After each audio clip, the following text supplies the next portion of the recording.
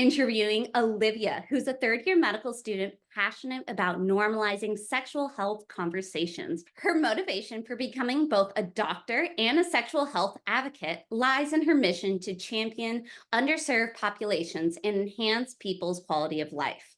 She is a board member of the Idaho Association of Sexual Health Professionals and has taken part in initiatives, events, and research that aims to improve access to sexual health education and medical curriculum. You can find Olivia producing shame-free sex education and pre-med and medical student mentorship on social media. Welcome, Olivia. Hi, thank you so much for having me. I'm so excited to be here. Well, thank you. I just wanted to get to know you a little bit. Tell me a little bit about your background and journey into medicine. Yeah, absolutely. So I was raised in Bend, Oregon by my single dad with my little sister, and we grew up very poor, which has a lot to do with my journey to medicine. So my dad worked 12-hour days, 7 days a week to keep a roof over our head, but we on a weekly basis went to the food pantry, went to shelters so we would have warm coats. Every Christmas, we were donated presents from charities. We were donated turkeys for Thanksgiving. So every time you go to the grocery store and they're like, you want to donate to a family? That was me. And that was most of my childhood. And when I got to high school, we were actually homeless for a little bit and had to jump from friends' houses just to survive. And the summer before my sophomore year, my dad fell down a flight of stairs and suffered a traumatic brain injury. And so that's really when my journey to medicine started.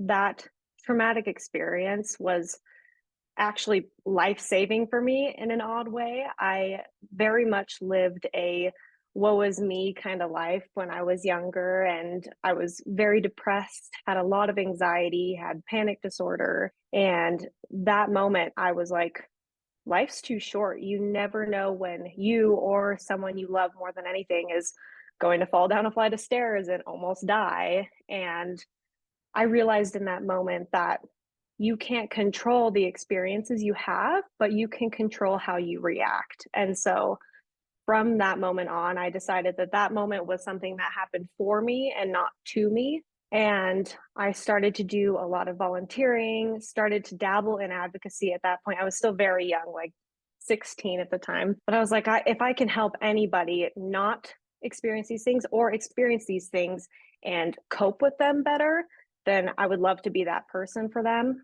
And so, on top of working two jobs, working full time through high school while taking care of my dad and trying to graduate high school, I was volunteering at the food shelter and started to do a little bit of legislative advocacy through a group called Results. And so I've been with them for several years, and their mission is to reduce poverty or help people in poverty find resources like food, shelter, mental health, all of that kind of stuff. Once I graduated high school, I got into a community college. That's when I decided, okay, I think I want to be a doctor. I don't know if I am good enough to be a doctor. And you'll hear that as kind of a recurring theme, even through med school, just the imposter syndrome of I have no business being here kind of thing. So I was taking the pre-med courses, not doing very well. I was a low stat pre-med. And then once I got my AA, I decided to take a year off and become a CNA. And that's when I realized for sure that I wanted to be a doctor. I loved taking care of patients. I loved having those intimate relationships, but I always wanted to do more for people because as a CNA or anybody who's not a physician, your scope of practice is very limited. And so I was like, okay, Olivia, pull up your big girl pants. We're going to do this no matter what anybody says. And so I went back to school, finished my bachelor's. Then I got a scribing position, and that solidified my decision to become a doctor. Once I saw somebody in the role, I was like, okay, I think I can do this. And more than anything, I want to do this. And so went for it. And as I talk a little bit on my social media, I bombed the MCAT twice. That's part of my low stat pre-med journey. The first time I took it, I got a 498. And the second time I took it, I got a 495. And up until that point, I had never heard of anybody doing worse on the second one and getting in. But I was like, you know what? I've worked so hard up until this point. I'm really confident in all my experiences and my story for why I want to be a physician. So I'm just going to send it. And I only applied to 3 schools because I knew that my chances were pretty slim with my MCAT. I didn't want to waste a bunch of money. And so I was like, okay, I will just apply to places I have connections. So I applied to a school in Oregon because I'm from Oregon. I applied to a school in Idaho, which is the one I'm currently at, because I've lived there for several years. And I applied to another school in the Pacific Northwest for similar reasons. I ended up getting interviews at all 3. I got denied at the one in Oregon, got waitlisted at the other 2, and then got accepted off both wait lists. And so it was just a really great full circle moment. And yeah, I don't regret any part of it. That is beyond amazing. Everything you said, it reminds me of why I look up to you. And I know how so many other people on social media, and I'm sure who have met you in your school, look up to you. You are the exact Thank you. reason why we need more doctors with all types of backgrounds. It's not just the elite affluent members. We need people from all versions of society, because I'm sure you, even right now as a third year medical student, bring your background or own experiences and connect with other students. Something you also mentioned was you were a CNA. I also was a caregiver. And so I Oh, love amazing. that. It is cool. That also brings in another shift of dynamic of seeing patients and that vulnerability. And it can definitely change how, also as a doctor, how you work with patients using that perspective. You also talked about a little bit of your challenges going into medical school work. What about challenges or triumphs, of course, in medical school? Tell me a little bit about once you got in. Yeah, so again, like that recurring theme of imposter syndrome is something that I think we all absolutely deal with in some way, shape, or form. But that's definitely been my main challenge in med school. And especially when I started, because I was a low stat pre med, I was like, I don't even know how to study. I don't even know what I'm doing. And thankfully, it only took me about a month to figure out what I was doing. I really took people's advice and went with the active recall, study methods that everybody preaches, which I had never heard of as a pre-med. Wish I would have, but decided to implement those. And thankfully, I've done really well academically. I'm very fortunate. But again, it's that imposter syndrome that comes back. And, especially when I became a second year, I was super concerned about step 1 and level 1 because I had bombed the MCAT twice. I just convinced myself that I was a bad test taker, especially a standardized test taker. And so it was actually something that I talked a lot about in therapy because I was like, I don't believe that I'm going to be able to pass these exams. There's no data to show that I should be passing these exams, even though I was doing well in class. I just couldn't wrap my head around that. And so I kept convincing myself I was going to fail. And thank God for therapy because I did not fail and I persevered. And that was a really monumental moment for me. Like, I don't think that for most students, it's a huge monumental event that they look back on and are like, yes, I passed step 1 and level 1, especially now that it's pass fail. A lot of people are like, oh, yeah, I passed, whatever. But I'm like, oh my gosh, I was so convinced that I had no business being here and that there was no way in heck I was going to pass either of those exams. So that was a challenge and a triumph for me. And then one thing that I actually have never talked to anybody about, but I was like, you know what? I'm going to talk to Stephanie about this. When I got into med school, I was 99% sure that I was going to be a family med doc. And because a lot of that is rooted in serving the underserved and providing the education, the advocacy for people like me and my family. But the more I started to learn and get involved, I was like, oh, I think I like other things. Is that bad? Am I going to be able to advocate for the underserved? Am I going to be able to educate people if I pick anything but primary care? So I had a quarter life crisis, if you will, of like, what am I doing? Should I even be a doctor if I don't want to do primary care because of all the advocacy that I want to do? And thankfully, that mindset shifted. And I was like, well, you know what? No matter what specialty you're in, everybody needs advocacy. And there are underserved populations who need all kinds of care, not just primary care. And finding the sexual health stuff actually really helped shift my mindset too, because I was like, well, underserved to me at least doesn't just mean I don't have food, I don't have shelter. It also means I don't have resources to address my chronic medical conditions because people aren't educated about them, people aren't talking about them. And so that's where those two worlds of mine have collided, and I'm so glad that they did. Amazing. I love that. And I'm so glad you mentioned that because I definitely had the similar thing of having coming in, being like, oh, I'm going to do family medicine. That is where the lower income people come in. That is a huge location, kind of like the first checkpoint. But you made a good point is like there are so many other specialties that need that additional advocacy, that needs those individuals that want to work with those populations, and being able to have that perspective is huge. Something that you mentioned that I wanted to bring back is like the feeling of looking at the evidence. It triggered in my mind because that's something my therapist in medical school always says, look at the evidence, look at the evidence. But in your example, you are looking at the evidence. You're looking at the evidence that you did not do well. I'm not going to say Mhm. fail because you obviously did not fail because you made it. You made it into Yeah, medical right. school. And so maybe that is the evidence. The evidence is you got in, or you've passed all your first year blocks that now allow you to take step one. And I feel like I keep like going back to that when I have my own imposter syndrome, like you said.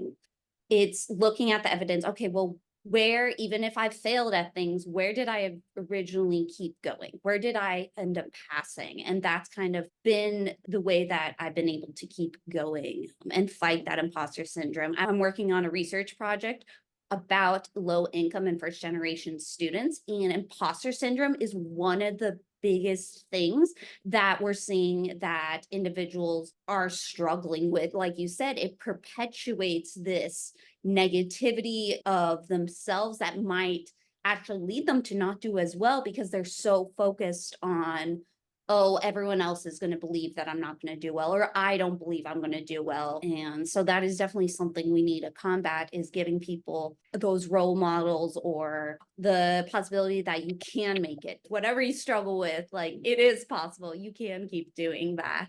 Up to this point, you said, okay, you're in third year right now. How has things been kind of this year as you've transitioned from the study mode, step one, to now being with patients?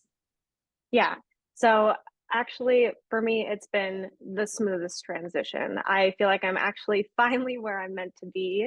Obviously not to the scope we want to be yet because I'm not the one in charge of patient care, but it's just a whole different ball game. Like being able to apply everything we've learned in a patient setting is everything I ever dreamed of. And so a lot of people, at least a lot of people I talk to were like, third year is so hard, it's so grueling. And that's true. You have to go to work for 12 hours and then you have to come home and study because you still have tests.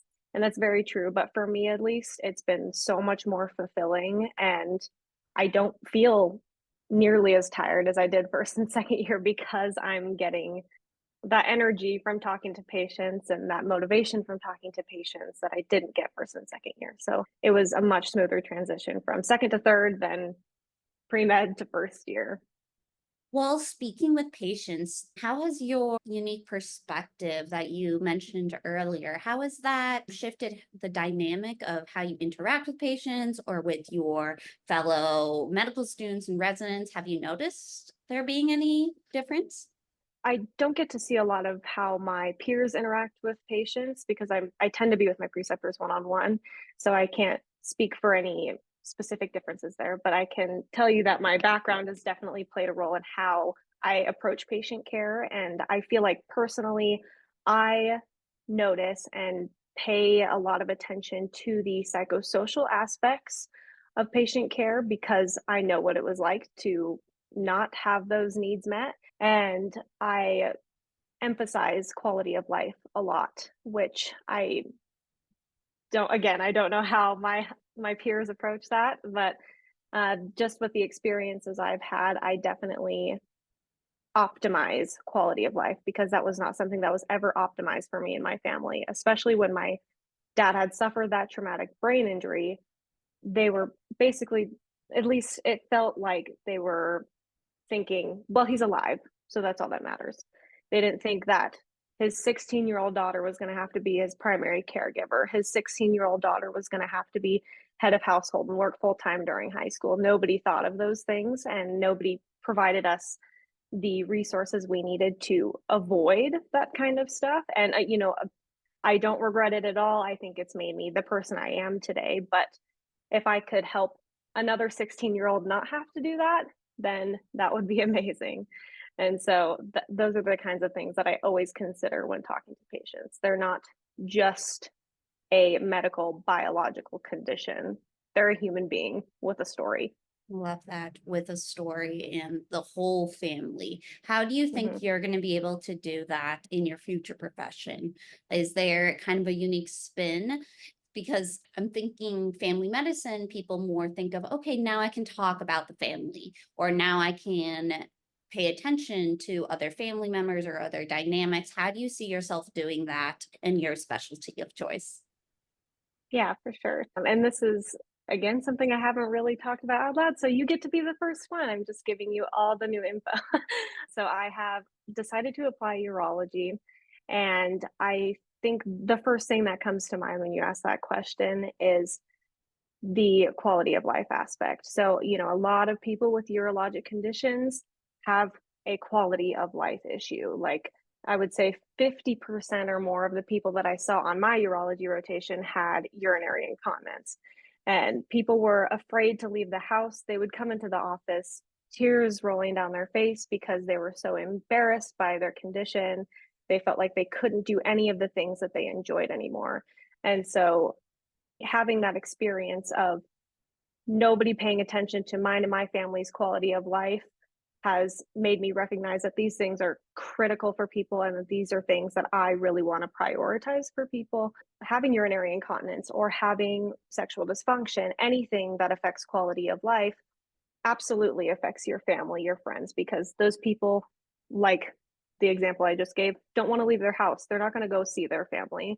They're not going to go hang out with their friends because they're afraid to pee their pants. And that's something that we need to be educating everybody about, but this person and their family about, because it's really lonely to go through conditions that affect quality of life as well because they don't feel like they can talk to people. And so education, that advocacy for quality of life is something that I'm really looking forward to for urology. Amazing. What are your thoughts on breaking down stereotypes? You mentioned sexual health, and it sounds like that might be another one of your unique passions. Could you talk a little bit about breaking down the stereotypes through talking about sexual health, especially on social media, which is definitely not well talked about? Yeah, absolutely. The stigma of sexual health has a lot to do with that underserved component. That's why I consider people with sexual dysfunction underserved because Hmm. because of the stigma, because we're not talking about it, they're not getting the resources that they need or want. There are so many stereotypes, so many stigmas, so much diversity work that needs to happen in the medical field, even outside of sexual health, obviously. It's so important to have somebody who is willing to advocate for those issues. Actually, I never even thought of that perspective of seeing individuals who struggle with sexual health Mhm. as marginalized, another aspect of diversity. Yeah, so I absolutely believe that not only are people with sexual dysfunction considered underserved, they do kind of fall into that marginalized group, though, and that falls into a diversity issue. And I also like urology because it there's often a lot of older people who need urologic care. And from my perspective and working as a CNA, working in an internal medicine clinic, people who are elderly are often somewhat marginalized as well. And I think that all falls into my motivation and my passion to advocate for these underserved communities. Can you talk about the population of people who go to urology? Because I remember before being in medicine, I always thought that urology was just for male thing. But then you're talking about incontinence, you're talking about older adults, and then you're talking about sexual health. So for those Mhm. of us who aren't as familiar with urology, what are the types of things that why would someone go to urology? Great question. And That's another reason that I love urology is because the demographic is so diverse. I think it is a big misconception that people hear urology and they're like, you only deal with penis owners, and that's absolutely not true. At least when I was on my urology rotation, I saw the same amount of men as I saw women, and I actually saw a lot of older individuals. And whether that's because I'm in rural Idaho, possibly, and they're not specialized, they're general urologists. I'm sure that has something to do with the demographics that I saw, but I saw 6 year olds, I saw 20 year olds, I saw 90 year olds. And I even saw transgender folks. I was a part of gender affirming care in that aspect. And so it's just one of the many reasons I love urology. I love the wide demographic. That's amazing. Thank you. I had no idea. That is definitely great to hear for someone who Yeah. is interested in working with that demographic or those type of issues. That might be a great opportunity. We've talked about so many things today. Do you have any advice for other medical students or any current, even other health professional students that are looking into medicine or struggling through medicine? Do you have any things that you would like to provide advice from your experience? Yeah, absolutely. So I think the number one piece of advice that I do give people, and I want to give anybody listening to this, is to be happy now. The arrival fallacy is something that I have always struggled with, and I think a lot of us in medicine struggle with. I'll be happy once I get accepted into medical school. I'll be happy once I get into residency. I'll be happy once I'm an attending. And life is just so miserable when you live it that way. And, when my dad had that TBI, that was kind of the turning moment for me to realize, oh, I need to be happy now because not a day that I have is ever guaranteed. So I think you really need to go in with that perspective. And I think there's a lot of benefit in romanticizing the little parts of life, especially as a pre-med and in medical school. The journey is hard, it's grueling, it can be really lonely sometimes. Finding joy in that cup of coffee you had while studying, or the warm blanket you have while watching Sketchy, are the things that really keep you going and keep you excited. Those are really helpful. Thank you. I do want Yeah. to mention at the very beginning, you mentioned some sort of study technique. I couldn't remember what it was called, but I've never heard of it. I think I was talking about active recall. So Yeah, what is that? just yeah, just focusing on active study techniques. So what I mean by that is doing things like practice questions, things that force you to bring what you've learned or the things you've stored in your memory out and apply them in a real situation. And I consider Anki an active recall as well because it's something that, again, you have to forcibly pull out of your brain. It's not something like reading where you're just passively looking over stuff that you studied, because that's not how your brain is going to long term remember that information. And that was a lot of what I did as a pre-med. I would just read, take notes, read my notes, and hope for the best. And that's not a good way to remember things, especially long term. And when you get into medical school, everything needs to be long term. You have to remember so much information and you have to remember it for a long time. So those active recall study techniques are really critical. That's helpful. Thank you. You mentioned earlier that you were struggling a lot with your mental health with all the stuff that was going on in your life in pre med. Did specific techniques that you learned before medicine or even new techniques during medical school help you? A lot of it comes back again to that arrival fallacy and the romanticizing little things. And those are things that you obviously have to be very intentional about. You're not just going to wake up and think, oh, yeah, today's the greatest day, even though I studied 80 hours this week, whatever.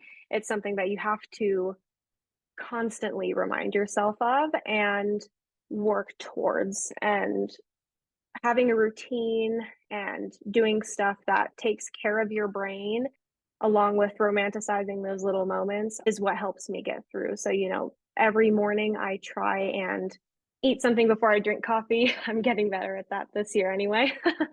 And I take time to not be on my phone and to think about at least 5 things that I'm grateful for.